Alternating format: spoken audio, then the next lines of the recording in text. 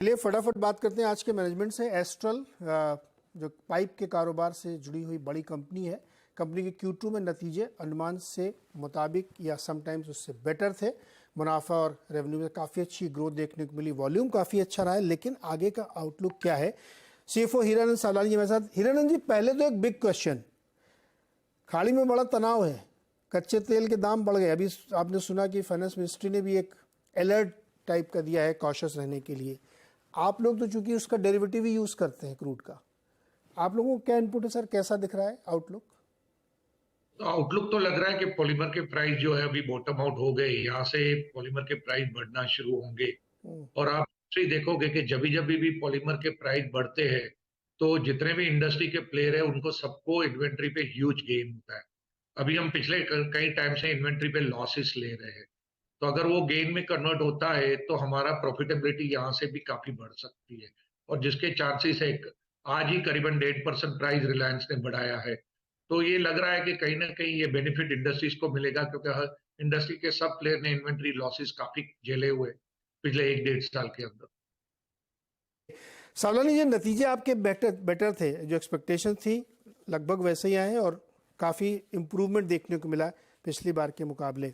लेकिन क्या ये जो मोमेंटम है करंट एनवायरनमेंट को देखते हुए सस्टेन करेगा Q3 Q4 में? तो देखिए, अभी डिमांड तो काफी रोबस्ट है।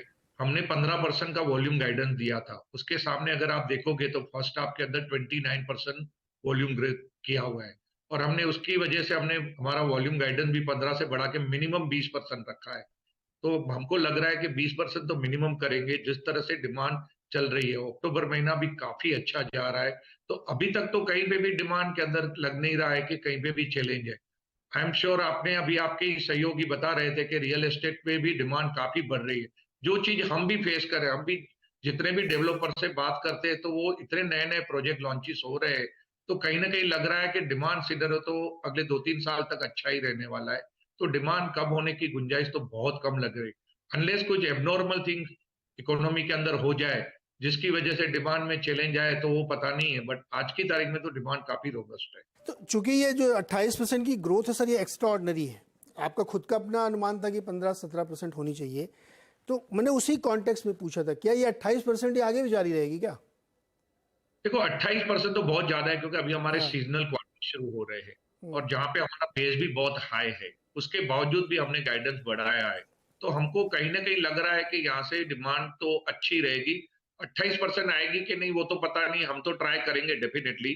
और एस्ट्रल को स्पेसिफिक फायदा भी हो रहा है, क्योंकि एस्ट्रल ने नए लोकेशन पे प्लांट भी शुरू किए। जैसे हमने अभी ईस्ट में कटक में प्लांट शुरू किया, अभी हमारा गुवाहाटी प्लांट भी शुरू हुआ है। अगले साल में बिगनिंग में हम लोग हैदराबाद प्लांट भी शुरू कर रहे हैं। तो वहां से भी हमको काफी बेनिफिट मिल रहा है और मार्केट शेयर भी गेन हो रहा है। क्योंकि आप देखोगे वाजपेयी जी, तो इस इंडस्ट्री के अंदर लॉजिस्टिक कॉस्ट बहुत बड़ा रोल प्ले करती है। जैसे हम मार्केट के नजदीक प्लांट खोलते हैं तो हमारी लॉजिस्टिक कॉस्ट काफी नीचे आ जाती है, तो हमारी कॉम्पिटिटिवनेस बढ़ जाती है और हमारा मार्केट शेयर भी गेन होना शुरू हो जाता है। तो वो भी एस्ट्रल को बेनिफिट करेगा। काफी सारी नई प्रोडक्ट के लॉन्च की है जिसका बेस अभी भी लो है, तो वहां से भी हमको लग रहा है कि हमको अच्छा अट्रैक्शन मिलेगा और नई प्रोडक्ट का रिस्पॉन्स काफी अच्छा मिल रहा है। तो उसकी वजह से लग रहा है कि मार्केट अगर थोड़ा स्लो भी रहेगा तो भी एस्ट्रल की डिमांड तो अच्छी ही रहने वाली है। सावलानी जी, एक चीज़ आप मुझे और समझिए, आपने शुरू में कहा कि पॉलीमर के प्राइसेस बढ़ने शुरू हो गए हैं, रिलायंस ने आज ही बढ़ा दिए हैं शायद। हम्म। कितनी आप लोग, जैसे पिछली बार मुझे ध्यान है रेजिन की वजह से धुआंधार नुकसान हुआ था आप लोगों को, कई क्वार्टर तक आप लोग वो प्राइस गिरने का बर्दाश्त करते रहे। तो ये जो स्टॉकिंग आप करते हैं, इन्वेंट्री गेन जिसका आप जिक्र कर रहे हैं, कितने समय तक के लिए आपके पास ये लेवरेज होता है कि आप इसका गेन ले सकेंगे, क्योंकि दाम अब बढ़ना शुरू हो रहे हैं? देखो, ये इंडस्ट्री में सबसे अच्छी बात ये है कि जितने भी जो पुराने प्लेयर हैं उन्होंने एक अच्छी हैबिट डेवलप करके रखी है। जैसे ही रिलायंस प्राइस बढ़ाता है, इमीडिएटली बाजार को पास ऑन हो जाता है। कई ओके। बार हम 2-3 दिन का टाइम देते हैं, मैक्सिमम 4-5 दिन का टाइम देते हैं और प्राइस राइज हम पास ऑन कर देते हैं। और वो खाली एस्ट्रल के लिए नहीं है, पूरी इंडस्ट्री में वो ट्रेंड बरकरार है। तो इसकी वजह से पास थ्रू बहुत फास्ट होता है। तो उसकी वजह से लग रहा है कि अगर प्राइजेस यहाँ से बढ़ेंगे तो इंडस्ट्री में सबको इन्वेंट्री गेन होने वाले हैं। अगर सपोज हाइपोथेटिकली किसी ने थोड़ा लेट भी प्राइस अपने पास ऑन किया तो भी वॉल्यूम काफी अच्छा बढ़ जाता है। तो ओवरऑल तो इंडस्ट्री को प्राइस राइज जब भी हुआ है पास्ट में, तो इंडस्ट्री ने उसका फायदा ही लिया। कितने दाम बढ़ाए इन्होंने? 4% बढ़ाए, आपने कितना बताया सर? अभी तो 1.5% बढ़ाया है आज, ओके। पर चांसेस है कि यहाँ से भी आगे बढ़ेंगे क्योंकि इंटरनेशनल भी प्राइस बढ़ना शुरू हो चुके हैं। तो मेरा सवाल वो था कि आपने तो कहा कि हम तो तुरंत पास ऑन कर देते, इधर बढ़ा उधर हमने बढ़ाया, कितना आप हाँ, तो हमने नहीं वेडनेसडे से प्राइस राइज बढ़ाना शुरू कर दिया। हमने ऑलरेडी मार्केट को इन्फॉर्म कर दिया कि वेडनेसडे से हमारे प्राइस बढ़ रहे हैं, तो हमने 2 दिन का विंडो दिया है डिस्ट्रीब्यूटर। कितना बढ़ाया प्राइस आपने फिनिश गुड पे? हमने सेम 1.5% प्रपोज। तो मेरा सवाल ये था कि स्टॉकिंग कितनी है जिसका बीच का लेवरेज आप ले पाएंगे? नया माल भी तो आप ले रहे हैं ना। हाँ। डिपेंड करती है कि क्या है। अगर आप हमारे रिजल्ट देखोगे ना तो हमारी इन्वेंट्री लेवल्स हाई है सितंबर, सर क्योंकि पिछली हमको बार इसी हाई इन्वेंट्री पे आपको नुकसान हुआ था। नहीं, ऐसा नहीं है, क्योंकि अभी हमको लग रहा है कि प्राइस कम होना शुरू हो गया चुका था और काफी हद तक बॉटम आउट हो चुका, तो यहाँ से प्राइस बढ़ना शुरू होगा, ऐसा हमारा व्यू है। इसकी वजह से हमने थोड़ी इन्वेंट्री ज्यादा रखी है, और दूसरा हमारे सीजनल क्वार्टर भी है, तो हमको पता है कि ये इन्वेंट्री इमीडिएटली खत्म भी होने वाली है आगे जाके, क्योंकि ये सीजन के अंदर हमारा डिमांड अच्छा ही रहता है। बारिश खत्म होने के बाद तुरंत डिमांड बढ़ना शुरू होता है, तो हमको कहीं ना कहीं इसका बेनिफिट मिलेगा जो अगर प्राइस बढ़ता है यहाँ से। ओके, ये इंटरेस्टिंग है। आप कह रहे हैं डिमांड बहुत रोबस्ट है, इसलिए प्राइस राइज लेंगे तब भी फर्क नहीं पड़ेगा, और चूंकि इन्वेंट्री गेन हो रहा है इसलिए प्रॉफिटेबिलिटी और बढ़ेगी। वॉल्यूम 28 नहीं लेकिन 20-22% आराम से आप हासिल करेंगे। आपके 3 प्लांट सर जो आने वाले हैं, मैं अभी आपने बीच में जिक्र किया था, मुझे ये बताइए असम, तेलंगाना और दहेज फैसिलिटी कब तक ऑनलाइन होगी, एक रफ आइडिया?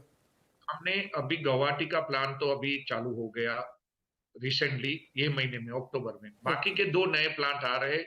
एक है हैदराबाद में, जो हमारा टारगेट है कि फर्स्ट हाफ में नेक्स्ट ईयर में शुरू हो जाएगा, और जो सेकेंड प्लांट है वो लास्ट क्वार्टर में, जो हमारा कानपुर का प्लांट है वो लास्ट क्वार्टर नेक्स्ट ईयर शुरू होगा। तो ये दोनों प्लांट नेक्स्ट ईयर में हमारा टारगेट है। और जो हैदराबाद का प्लांट है उसकी कैपेसिटी करीबन 70,000 मेट्रिक टन की है, और जो अपना यूपी का प्लांट है उसकी कैपेसिटी करीबन 50,000 मेट्रिक टन की है। ये 2 नए प्लांट अगले साल में आएंगे। ये साल में तो जो चालू करना था वो हो गया, और ऊपर से हमने करंट प्लांट के अंदर भी कैपेसिटी बढ़ाई है। आप देखोगे तो फर्स्ट हाफ में हमने 20,000 टन की कैपेसिटी बढ़ाई है, वो करंट प्लांट के अंदर ही हमने डीबॉटलनेक करके कैपेसिटी बढ़ाई जी क्योंकि जिस तरह से डिमांड आ रही है ना, उस तरह से कहीं ना कहीं हमको लग रहा है कि हमको कैपेसिटी क्रिएशन भी बहुत फास्ट करना पड़ेगा। ओके सावलानी जी, बहुत बहुत शुक्रिया और शुभकामनाएं अगले क्वार्टर के लिए आपको।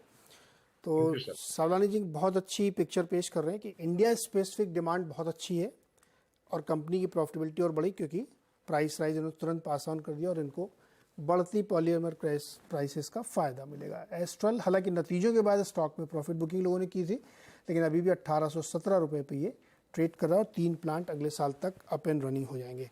छोटा सा एक ब्रेक के बाद मार्केट अपडेट।